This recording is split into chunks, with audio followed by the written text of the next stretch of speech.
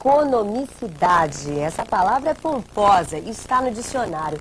Substantivo feminino que significa qualidade do que é econômico. Economicidade é também uma metodologia que tem como objetivo um velho princípio do capitalismo, fazer mais com menos.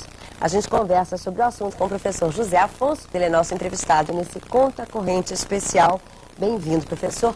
Bom, eu já dei a definição do dicionário, que eu acho que é chancomezinha e banal, muito simplória, para o que o senhor desenvolveu aí como economicidade. Agora eu vou pedir a definição do senhor. Me parece que quando o senhor registrou a palavra, ela nem havia no Aurélio, nem havia nos dicionários brasileiros, né? Cerca de 25 anos atrás, eu comecei a minha vida de engenheiro, procurando sempre otimizar as coisas que eu estava fazendo. Tecnicamente, eu era preparado pela escola de engenharia, mas eu achava que podia fazer mais. E comecei a fazer pesquisa como que eu poderia fazer melhor. E eu achei isso estudando um pouco de neurofisiologia, um pouco de psicologia. E verifiquei desde o começo que nós temos apenas 4% do nosso cérebro em uso. 96%, de acordo com o francês Jean Lered, 96% são reservas potenciais que nós podemos ativar para ajudar na nossa inteligência. Outro pesquisador de Harvard, que estudou durante 15 anos o cérebro humano, disse que nós temos 7 inteligências. Mas a sociedade ocidental, ela se concentrou na inteligência racional, que é uma das inteligências.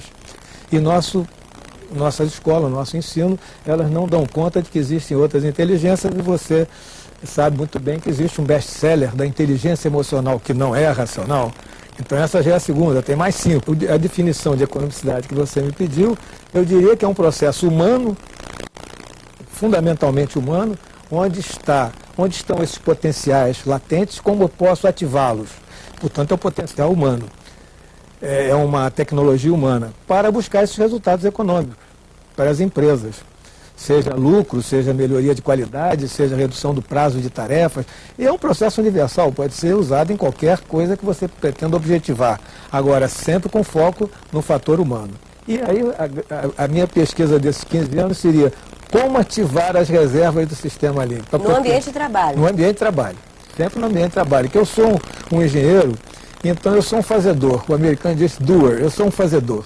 Eu não sou um teórico, não sou um filósofo, eu sou um fazedor. Então, quando eu lia livro de filosofia, de psicologia e de neurologia, eu queria logo fazer a redução de como que eu vou aplicar isso no trabalho. Se você, ao invés de criticar, você fomentar a motivação humana, fomentar a criatividade humana, você acreditar no parceiro, você ouvir atentamente para saber o que ele está dizendo, entender o significado do que ele diz, você pode resultar num diálogo produtivo que vai resultar numa solução de maior nível. Isso ninguém acredita, porque não tem nenhuma escola que diga vamos conversar todo mundo em grupo, produtivamente, porque o resultado da nossa tarefa vai ser muito maior. Esse aqui é o campo que eu trabalho há cerca de 20 anos, que é como as pessoas vão trocar o conflito das pessoas pelo conflito das ideias. O conflito das ideias é a base do regime capitalista.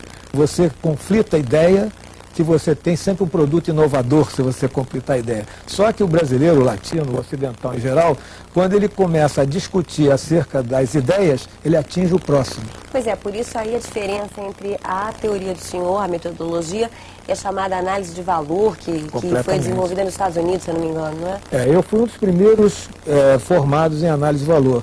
Eu tirei meu diploma em Houston, no Texas, e a análise de valor é uma metodologia americana, antiga, fundada ou inventada pelo Lawrence Miles, que é um engenheiro elétrico da General Electric. E eu achei, quando eu tirei o curso, que era uma metodologia muito racional, muito americana.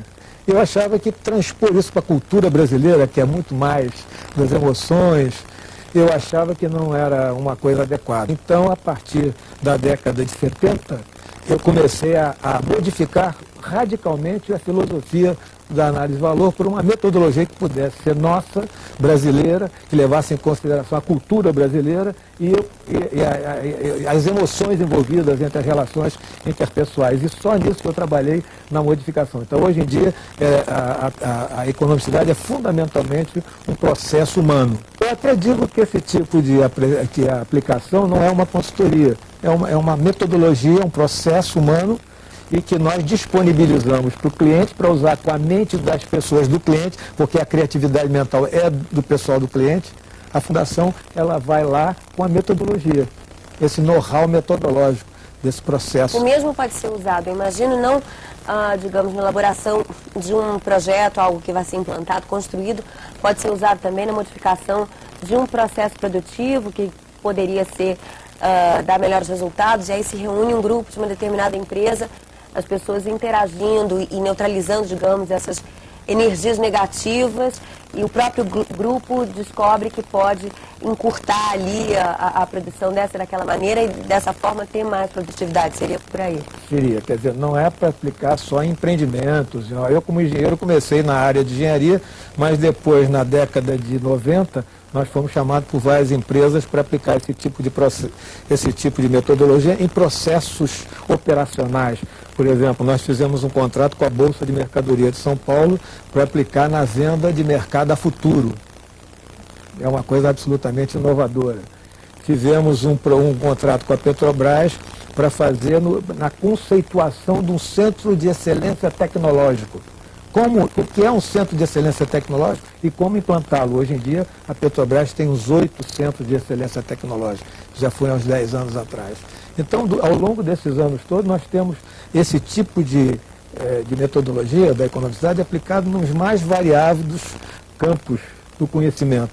Não é? Porque ele trabalha com as pessoas e não com o que as pessoas estão fazendo. E foi assim também recentemente, imagino, na história da Infraero, do Terminal 3 lá do aeroporto de Guarulhos, que acho que vai entrar em licitação em breve, em que acho que havia um orçamento inicial de R$1 bilhão e caiu para 600 milhões, não é isso? Foi verdade, foi verdade. Nós temos até o depoimento do ex-presidente da Infraero, que é um economista muito conhecido, Dr. Fernando Perrone, que declara, através de um documento que nós temos em nosso poder, que o projeto estava absolutamente correto, o projeto que foi feito do aeroporto de Guarulhos, custava R$1 bilhão e já ia para a licitação. E o doutor Perrone achou que, intuitivamente, que ele podia ser feito através de uma outra alternativa conceitual mais barata. Não que o projeto de R$1 bilhão esteja errado. Todas essas alternativas que a gente apresenta não são erros do projeto, porque tenho muitos colegas meus de turma, primeiro de turma até, tem projetos feitos por primeiro de turma, projetos absolutamente corretos, que nós não fazemos crítica no projeto, não é para modificar o projeto existente. O que nós fazemos pelo fator humano é trabalhar na mente humana para que a criatividade humana traga conceitos alternativos de outra forma de fazer aquilo. A economicidade pode ser usada tanto na coisa privada quanto na gestão pública, acredito eu, até com ganhos, digamos, com redução do chamado custo Brasil, tão falado custo Brasil, certamente. Exatamente. Você imagina se fosse feito um processo de redução de custo, que a média em 20 anos está da ordem de 40%. A média está da ordem de 40%. Se nós usarmos nos governos federal, estaduais e municipais, você já imaginou a quantidade e sempre com melhoria de qualidade e sempre a função permanente. Eu acho que é uma descoberta realmente formidável. Eu tenho a impressão que no futuro eu acho que isso vai ser difundido bastante no Brasil.